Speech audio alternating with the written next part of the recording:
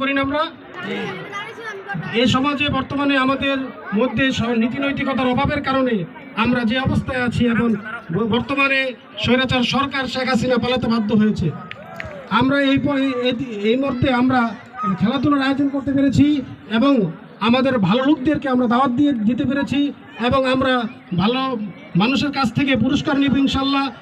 তারা অবশ্যই ভালো, তাদের পাশে থাকবেন, তাদের কথা শুনবেন, আপনারা আপনাদের বিপদে আপদে তাদের কাছে যাবেন ইনশাল্লাহ। অবশ্যই আমরা তাদেরকে বিপদে আপদে আমরা 38 নং ওয়ার্ডে পাবো এবং গাজীপুর সারা গাজীপুরে আমাদের জামাত ইসলামের ভাইদেরকে আমরা পাবো ইনশাল্লাহ।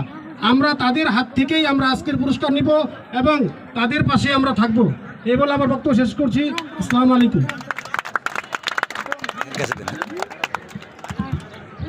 এখনকার আর কি নাম